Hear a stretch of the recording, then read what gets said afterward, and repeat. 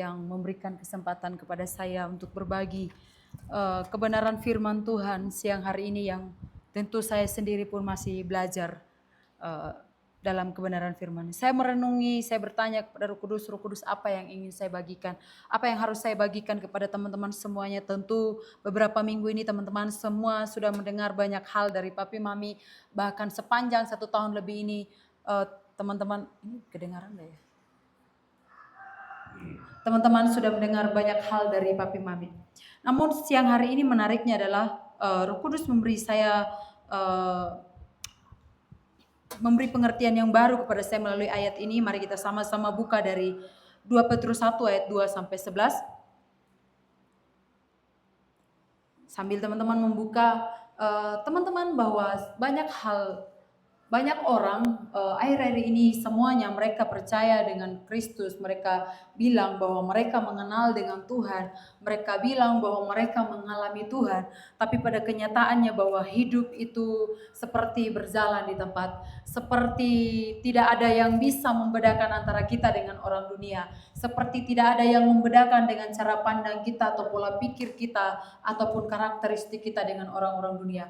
Namun siang hari ini kita akan sama-sama belajar bahwa apa sebenarnya berkat tersembunyi atau dari berkat istimewa buat kita anak-anak Tuhan atau orang-orang percaya dari sebuah pengenalan kita dengan Tuhan. Saya memberi perenungan siang ini adalah berkat dari pengenalan akan Tuhan. 2 Petrus 1 ayat 2 sampai 12. Kita akan sama-sama membacakan untuk semua. Nanti saya akan mengulanginya dalam terjemahan lain. Mari kita sama-sama membaca. 2, 3. Kasih karunia dan damai sejahtera melimpahi kamu oleh pengenalan akan Allah dan akan Yesus Tuhan kita.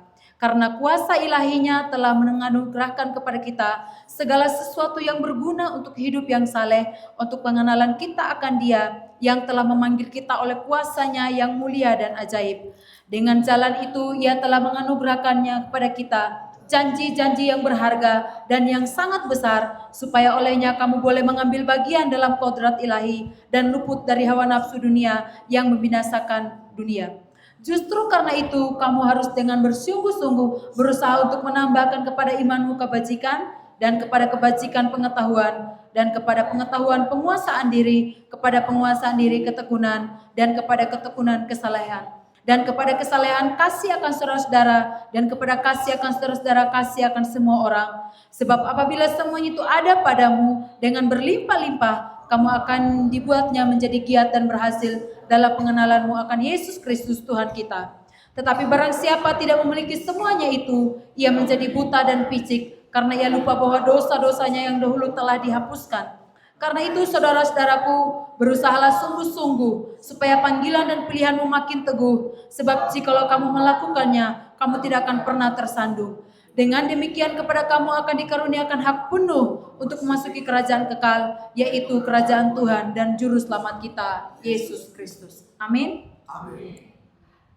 Saya langsung, tadi saya berkata bahwa pengenalan kita akan Tuhan, yang kita bilang mengakui bahwa kita ini mengenal Tuhan, tapi pada kenyataannya tidak ada bedanya dengan orang-orang di luar sana. Dalam ayat yang kedua, teman-teman, dikatakan bahwa kasih karunia dan damai sejahtera melimpahi kamu oleh pengenalan akan Allah dan akan Yesus Tuhan kita. Kayaknya saya nggak usah pakai.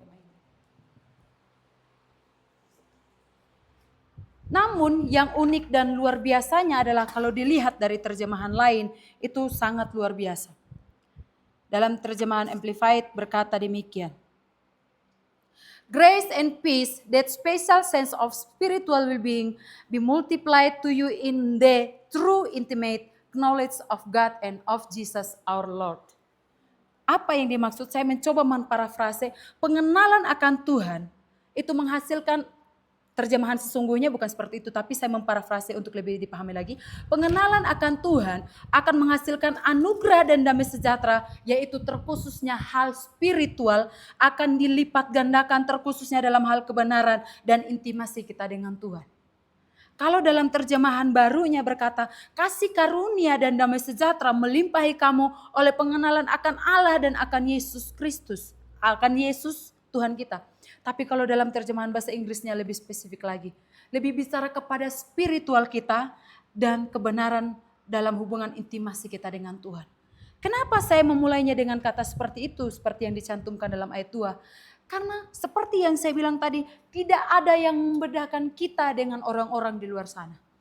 Kenyataan-kenyataan yang bisa kita lihat bahwa sepertinya orang yang tidak mengenal Tuhan nampaknya mereka lebih bersemangat daripada kita.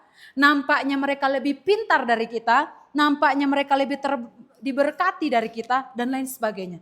Bahkan Mazmur dalam 73 berkata, Bani Asaf berkata bahwa aku melihat orang-orang fasik hidup mereka gemuk. Hidup mereka sejahtera. Tapi puji Tuhannya waktu dia melihat seperti itu nggak berhenti di situ. Tapi pada kenyataannya kita sebagai anak-anak Tuhan, bukankah kita seringkali kita berhenti waktu kita membandingkan diri kita nampaknya lebih tidak diberkati daripada orang pada umumnya. Kenapa? Apa yang terjadi dengan hal itu? Kenapa kita melihat kenyataan itu bahwa mereka sepertinya hidupnya lebih bahagia dari kita? Satu orang mengirim pesan kepada saya beberapa waktu yang lalu. Dia bilang begini, kenapa saya yang sering berdoa nampaknya lebih bodoh daripada teman-teman saya yang berdoa? Mungkin ada banyak pertanyaan dalam diri kita. Kenapa hidup saya yang berdoa kayaknya uang saya minim sekali daripada teman saya yang tidak pernah berdoa tapi dia rasanya dapat kiriman terus setiap minggu. Mungkin kamu juga bertanya, kenapa saya yang berdoa kok nilai saya nampaknya lebih jelek daripada teman-teman saya yang berdoa. Waktu kamu tidak cepat mengerti atau menemukan kebenaran waktu kamu bertanya seperti itu, itulah nanti awal mula dari kekecewaan dan kemarahan kita kepada Tuhan dimulai. Dan kita pada akhirnya akan berhenti berdoa. Kenapa?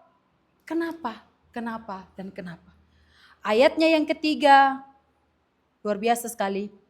Karena kuasa ilahinya telah menganugerahkannya kepada kita segala sesuatu yang berguna untuk hidup yang saleh dan pengenalan kita akan Dia yang telah memanggil kita oleh kuasanya yang mulia dan ajaib.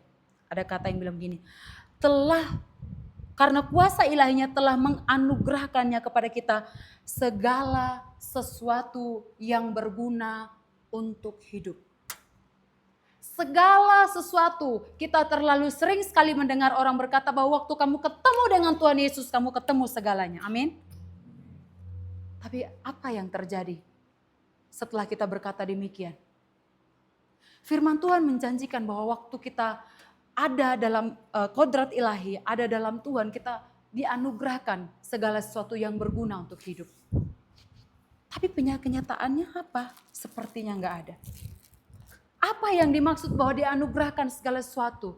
Lalu bagaimana apa yang harus kita lakukan waktu tadi kita merasa bahwa kita seperti sia-sia mengikuti Tuhan Yesus. Sepertinya sia-sia kita bersungguh-sungguh. Sepertinya sia-sia kita berdoa lebih ekstra daripada orang lain. Sepertinya sia-sia kita membaca ayat Alkitab lebih banyak daripada yang lain. Saya suka dengan pengertian yang Roh Kudus kasih ke saya waktu saya merenungi ayat ini. Waktu kamu tinggal di hadirat Tuhan, Tuhan menjanjikan bahwa segala sesuatu akan diberikan kepadamu yang berguna untuk hidupmu. Waktu kamu belajar kebenaran firman Tuhan, waktu kamu berdoa, waktu kamu menyembah apapun, kamu sedang melatih dirimu menggunakan senjata demi senjata. Kamu mungkin gak pernah ngerti apa itu senjata. Senjata itu bisa bicara dengan doa, deklarasi, penyembahan, bahasa roh, atau apapun. Lalu bagaimana kita bisa mengerti bahwa kita ini punya senjata seperti yang disampaikan firman Tuhan, bahwa dalam segala sesuatu Dia memberi kita segala sesuatu yang berguna untuk hidup kita. Kita kan berfokus kepada sesuatu yang terlihat di permukaan, nampaknya teman kita lebih diberkati daripada kita. Tapi waktu kamu tanya dia ngerti tentang senjata enggak? Kenapa? Nampaknya sia-sia memang teman-teman kamu berdoa. Sepertinya tidak ada yang berubah secara signifikan waktu kamu membalikkan telapak tangan. Saya mau bilang bahwa siang hari ini, Dia menyiapkanmu, memberimu senjata-senjata yang kamu tidak pernah tahu.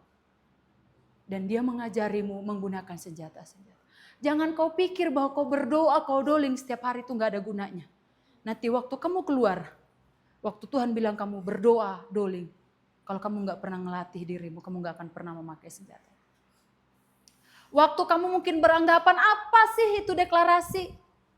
Tapi nanti waktu kamu keluar, kalau kamu nggak pernah ngelatih, waktu kamu keluar, kamu bisa sih tahu sih itu deklarasi. Tapi nggak ada power yang keluar dari sini. Saya ingat waktu kami pergi ke imigrasi dengan Yos. Saya tahu kami mengerahkan seluruh senjata di situ. Menyantet mbak imigrasinya dengan bahasa roh, dengan deklarasi. Mengaktifkan, menyibukkan semua orang. Ada aja. Sambil jalan ke tempat print kami perkatakan kepada mbaknya nanti waktu lihat fotokopi ini. Dia nggak sadar kalau ini adalah tadi kartu keluarga yang awal tadi. Loh, meskipun saya di situ, saya mengenali diri saya satu lagi. Bahwa saya termasuk orang yang mudah menyerah. Saya bilang sama Yos, pulang aja lah kita Yos. Yos bilang jangan. Tunggu siapa tahu orang-orang Dukcapil Sumba bisa mengirimkan hari ini kartu keluarganya. Meskipun itu sangat mustahil. Oke, duduk di situ. Saya bilang, ini ya Roh Kudus itu luar biasa. Tiba-tiba Roh Kudus seperti mengingatkan saya dengan sangat cepat. Saya bilang, Yos gimana kalau kita edit aja. Kita hapus tulisan pulpennya. Lalu kita print ulang. Akhirnya kontak Kanatan dan sebagainya akhirnya bisa. Di situ saya mengerti satu hal. Kalau saya nggak pernah latih.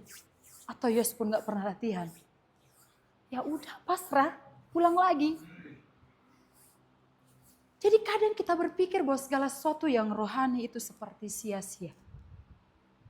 Saya mau bilang teman-teman, itu enggak sia-sia. Dalam poinnya yang ketiga, poin yang ayatnya yang keempat, dengan jalan itu ia telah menganugerahkannya kepada kita janji-janji yang berharga dan yang sangat besar supaya olehnya kamu boleh mengambil bagian dalam kodrat ilahi dan luput dari hawa nafsu dunia yang membinasakan dunia. Hal berikut yang kita tidak sadari bahwa sebenarnya Tuhan punya janji-janji dalam hidup kita. Janji apa yang kamu percayai hari ini? Yang Tuhan kasih dalam hidup. Satu waktu saya mendengar khotbah salah satu hamba Tuhan yang dia bertanya kepada para pelayan yang melayani dengan dia. Coba sekarang kamu deklarasi janji-janji Tuhan dalam hidupmu. Nah kalau kamu nggak berdoa teman-teman, kalau kita nggak pernah berdoa, jangankan untuk mendeklarasinya dengan kuat. Ingatinnya aja belum tentu bisa. Di sini dikatakan bahwa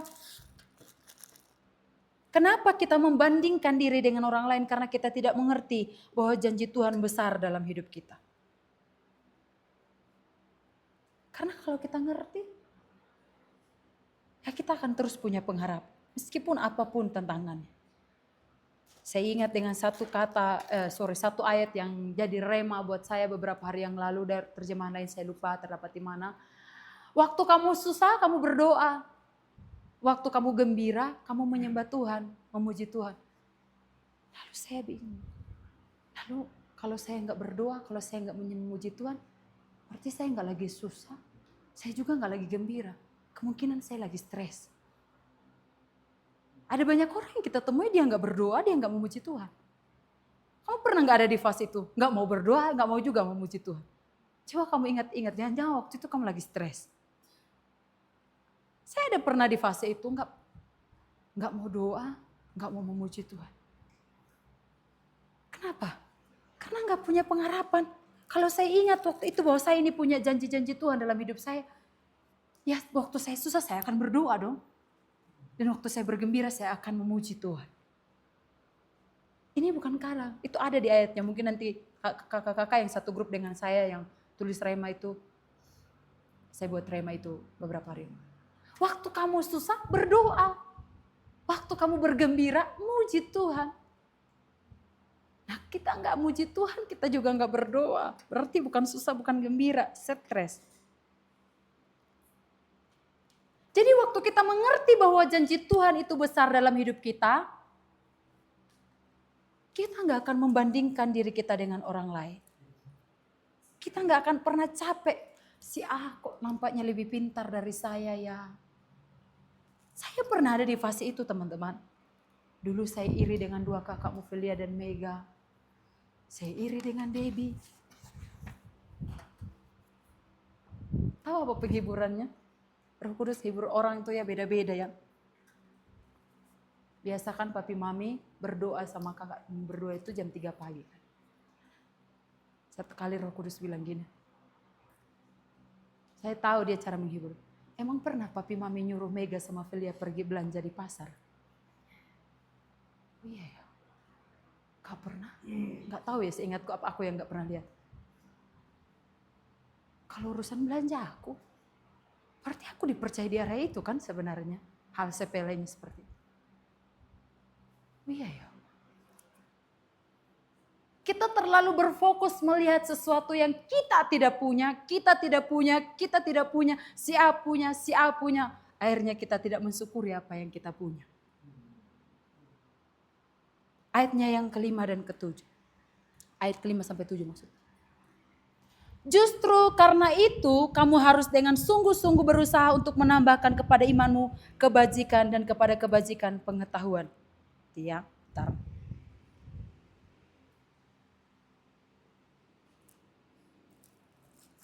For this, kalau bahasa Inggris, for this very reason, applying your diligence to the divine promise, make every effort in exercising your faith to develop moral excellence, and in moral excellence knowledge.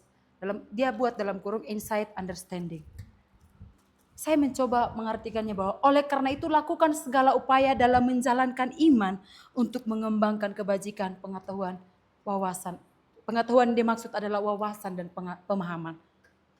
Upayakan, lakukan segala upaya, ya teman-teman.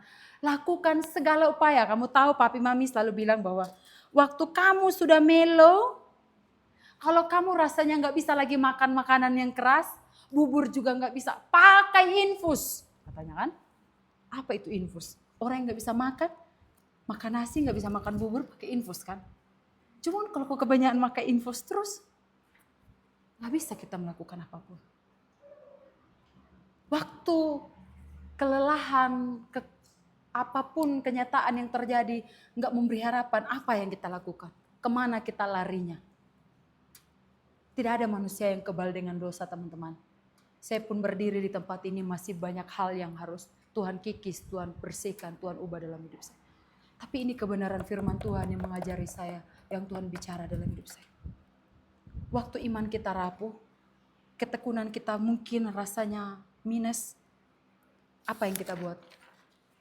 Udahlah aku tidur sepanjang hari, lari dengan nonton, atau lari ke kehidupan lama, atau seperti apa? Tapi pemimpin kita mengajari, infus dirimu dengan khotbah yang keras. Ketemu dengan orang yang lebih rohani, bicara dengan orang yang lebih rohani denganmu. Yang mungkin dia baca Alkitabnya lebih banyak darimu, berdoanya lebih banyak darimu, nyembah, dan lain sebagainya. Gak ada yang bilang kalau kita nggak lagi baik-baik saja sekarang, ya udah nunggu aja nanti Tuhan sambar lagi. Keburu lewat kita nanti teman-teman. Karena papi mami selalu ngajarin, kalau bicara jasmani kamu lapar dulu baru makan.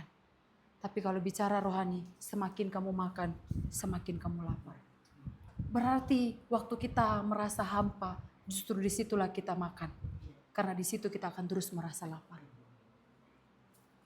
Ayatnya yang berikut, ayatnya yang ke-6 berkata, dan kepada pengetahuan penguasaan diri, kepada penguasaan diri ketekunan, dan kepada ketekunan kesalehan ayat 7, dan kepada kesalehan kasih akan saudara-saudara, dan kepada kasih akan saudara-saudara, kasih akan semua orang.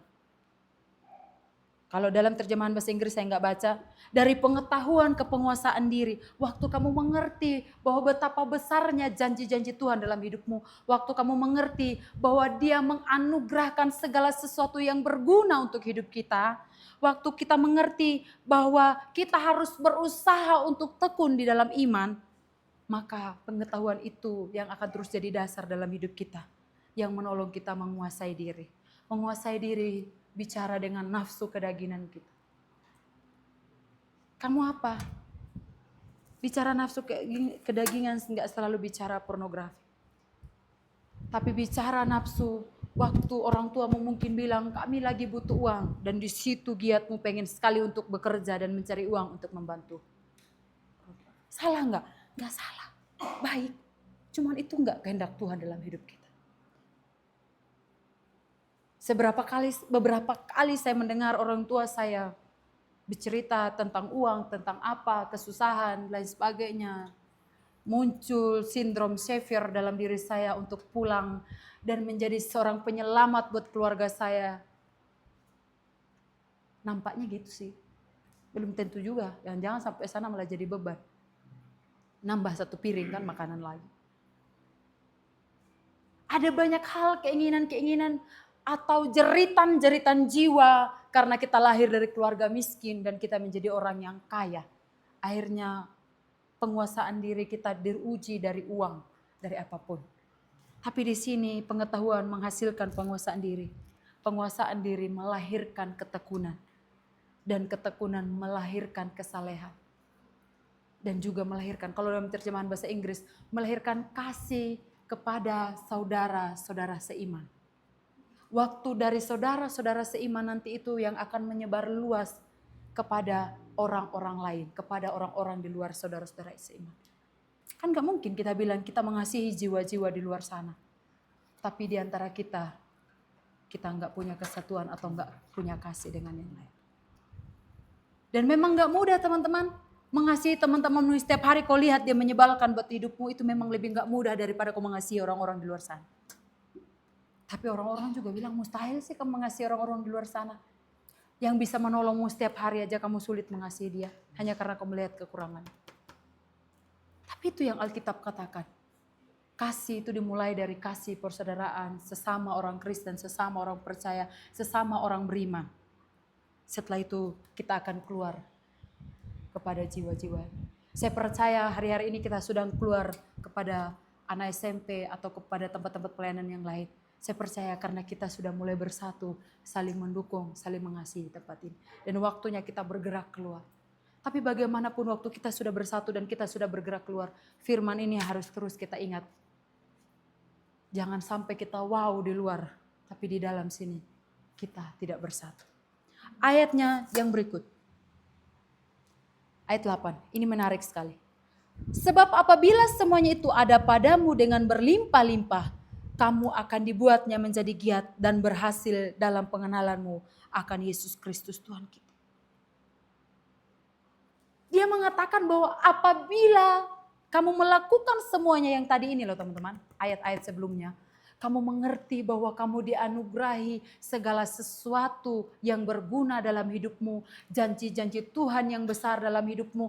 Ketekunan, kesalehan, penguasaan diri, pengetahuan, kasih terhadap sesama orang beriman, kasih kepada orang lain. Ini hasilnya. Kita semakin bertumbuh, kalau dalam bahasa Inggris, bahasa terjemahan lain menarik sekali bahasanya. Kita semakin bertumbuh dalam kedewasaan rohani. Yang menjaga kita untuk tidak berguna. Berarti kita akan menjadi berguna. Menjaga kita untuk tidak berguna. Menjaga kita untuk senantiasa berguna dan produktif. Dalam pengetahuan dan pemahaman yang besar tentang Yesus Kristus. Pemahaman yang lebih besar tentang Yesus Kristus. Terjemahan lain berkata. Kalau terjemahan ini dia lebih biasa ya. Maksudnya dia lebih kata-katanya enggak terlalu ini. Tapi di bahasa Inggrisnya, kita semakin bertumbuh dalam kedewasaan rohani. Sehingga hal-hal itu, waktu kita dewasa rohani, itu menjaga kita untuk senantiasa berguna. Menjaga kita untuk senantiasa produktif. Menjaga kita untuk terus punya pemahaman yang lebih besar, yang lebih besar, yang lebih besar tentang kasih Kristus.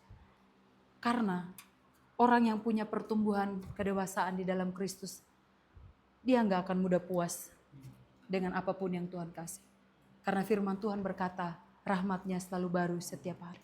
Berarti dia selalu punya yang baru. Saya pun udah baca Alkitab berkali-kali, tapi saya baru ketemu ayat ini dan saya baru sangat terberkati dengan ayat ini.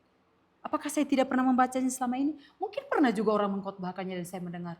Tapi hari ini Tuhan menyingkapkan ini.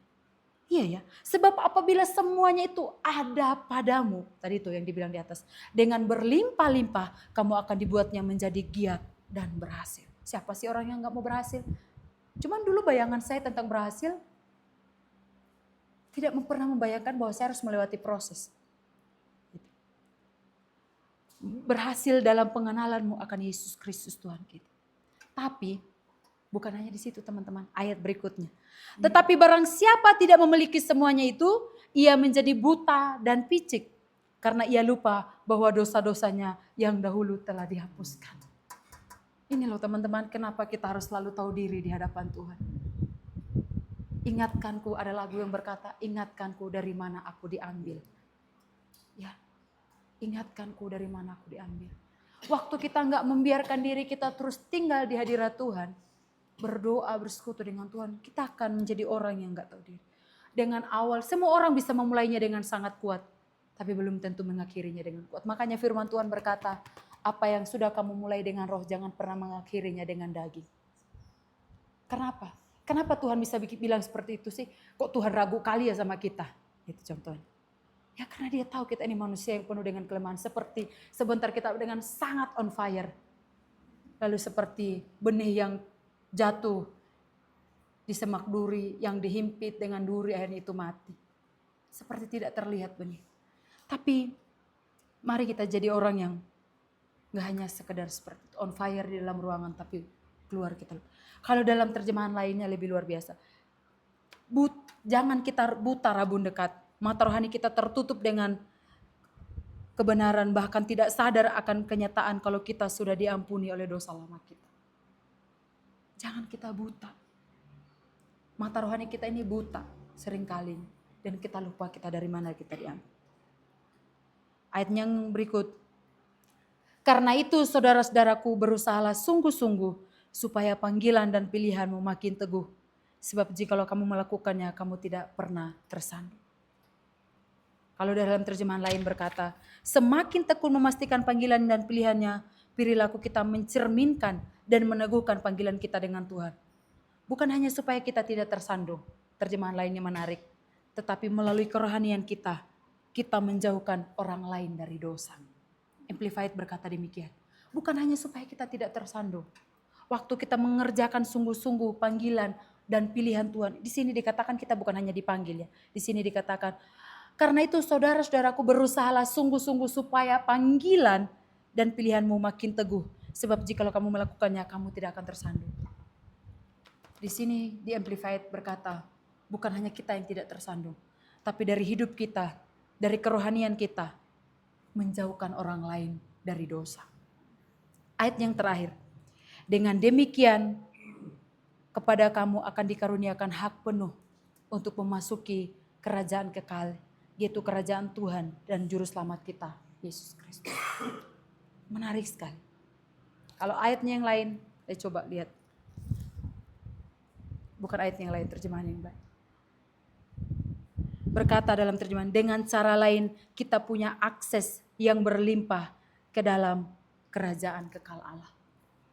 Kita punya akses. Kenapa kita tidak punya akses? Ada satu hamba Tuhan berkata, kita itu kalau pengen berkat kamu masuk ke ruang kasih karunia. Ya, kamu masuk. Waktu dia bilang seperti itu, apa yang ada di bayanganku? Saya membayangkan Indomaret. Ruang kasih karunia itu seperti Indomaret yang di situ ada letak Indomie, di sini ada minuman yang di kulkas, di sini ada sabun-sabun. Ya mungkin seperti itu juga ya ruang kasih karunia.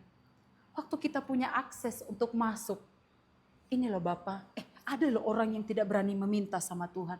Hanya karena dia trauma sama bapaknya. Waktu setiap kali dia minta atau dijanjiin sesuatu gak pernah dikasih. Dan membuat cara pandangnya kepada Bapa di surga seperti bapaknya yang di rumah. Tapi firman Tuhan mengajari kita siang hari ini, kita punya akses yang berlimpah untuk masuk ke dalam kerajaan kekal ini. Tapi ingat teman-teman, pada umumnya biasanya kita cuma suka dengan ayat-ayat seperti ini kan. Tapi kita gak suka dengan ayat yang tadi berkata, kalau kamu gak melakukan itu, matamu seperti buta. Karena kamu lupa bahwa kamu dari mana kamu diambil. Teman-teman, saya mau bilang, mengikut Tuhan memang, atau intim dengan Tuhan, seperti yang dikatakan di ayat 2 tadi, dekat dengan Tuhan, dipercaya segala sesuatu, memang tidak mudah. Firman Tuhan berkata, orang yang dipercaya banyak, dia akan dituntut banyak. Ya, waktu dengar ayat ini dulu, menurut saya agak kejam dan menakutkan. Kenapa? Kan dipercaya banyak, tapi dituntut banyak. Kalau gitu nggak usah aja dipercaya banyak, sedikit aja biar nggak dituntut. Lebih menakutkan dituntutnya itu loh daripada kata dipercayanya itu. Sampai satu waktu kalau teman-teman yang baca rema saya bilang gini, ayat firman Tuhan yang lain meneguhkan saya. Iya, memang si firman yang ini berkata bahwa waktu kamu dipercaya banyak, kamu akan dituntut banyak. Tapi ingat, ada satu ayat lain yang berkata, orang yang punya akan ditambahkan. Kita akan berhenti di satu ayat ini. Tuhan itu sangat menakutkan bahwa orang yang banyak punya, yang dipercaya banyak akan dituntut banyak. Karena dituntut itu seperti seolah-olah menakutkan. Tapi firman Tuhan yang lain berkata, waktu kamu punya, kamu akan ditambahkan. Wow, sejak hari itu meskipun ada hal-hal kadang capeknya, saya meyakinkan ke diri saya, Cek, kalau kamu dipercaya, meskipun memang ayat dituntut banyak, pertanggungjawabannya. Tapi ingat, waktu kamu punya, kamu akan semakin diberi. Karena sebenarnya kalau kita mengerti ayat yang lain pun berkata bahwa Tuhan itu gak pernah meninggalkan kita. Hanya saja kan kita ini orang-orang, biasanya kita baca ayat firman pas sesuai kebutuhan. Kan? Gak tahu, biasanya dulu saya begitu. Kalau lagi galau, ya ayatnya udah bagus sih ayatnya. Mengapa kau gelisah hatiku, jiwaku ya. Mengapa kau tertekan hai jiwaku gitu. Udah segitu secuil gitu aja yang diambil. Tapi ada yang menarik teman-teman. Bahwa firman Tuhan itu memerdekakan. Dia gak hanya bilang bahwa kita lebih dari pemenang. Tapi dia juga berkata bahwa kita ini yang lama sudah berlalu, yang baru sudah datang. Tadi pagi saya baca satu ayat yang sebenarnya itu sering sekali dibaca. Bahwa iblis datang untuk mencuri, membunuh, dan membinasakan. Tapi dia datang untuk memberi kepada kita kehidupan. Hidup dalam segala kelimpahan. Kenapa? Kenapa kita tidak melimpah? Kenapa kita tidak hidup dalam segala kelimpahan? Seperti tadi di awal saya bilang. Karena kita berfokus kepada kenyataan-kenyataan kita. Karena kita berfokus kepada apa yang belum kita punya. Sampai waktu kalau kita nggak cepat sadar, kita akan merasa berjasa kepada Tuhan. Kita akan bilang begini, Tuhan, saya udah melakukan banyak. Padahal belum tentu yang banyak itu benar kan? Seperti yang dikatakan firman, hai hambaku, aku tidak mengenal engkau. Itu yang paling menakutkan buat saya. Gak mudah. Tinggal dalam kehendak Tuhan yang sempurna gak mudah teman-teman. Tapi percayalah, one day kamu akan mengerti bahwa itu lebih baik dan sangat lebih baik buat hidupmu daripada kita harus memilih jalan sendiri. Gak mudah, tapi percayalah bahwa dia Tuhan yang tidak akan pernah berhutang dengan hidupmu. Matius 6 ayat 33 berkata bahwa carilah dahulu kerajaan Allah dan kebenaran, maka semuanya akan ditambahkan kepadamu. Biasanya kita suka semuanya akan ditambahkan kepadamu, tapi kita tidak suka dengan cari kebenaran. Dan dahulunya itu loh lebih utamanya. Tapi mari siang hari ini saya mengajak teman-teman. Mari sadari bahwa dia mempercayakan kita segala sesuatu yang berguna dalam hidup kita. Janji-janjinya yang besar dalam hidup kita. Mari kita mengusahakan ketekunan dan iman kita. Untuk terus tekun, punya pengetahuan, kesalehan. Mengasihi saudara seiman, mengasihi orang-orang lain. Supaya apa? Supaya kita bisa menikmati janji-janji Tuhan yang besar itu dalam hidup kita. Itu yang dapat saya bagikan. Thank you, Tuhan Yesus memberkati.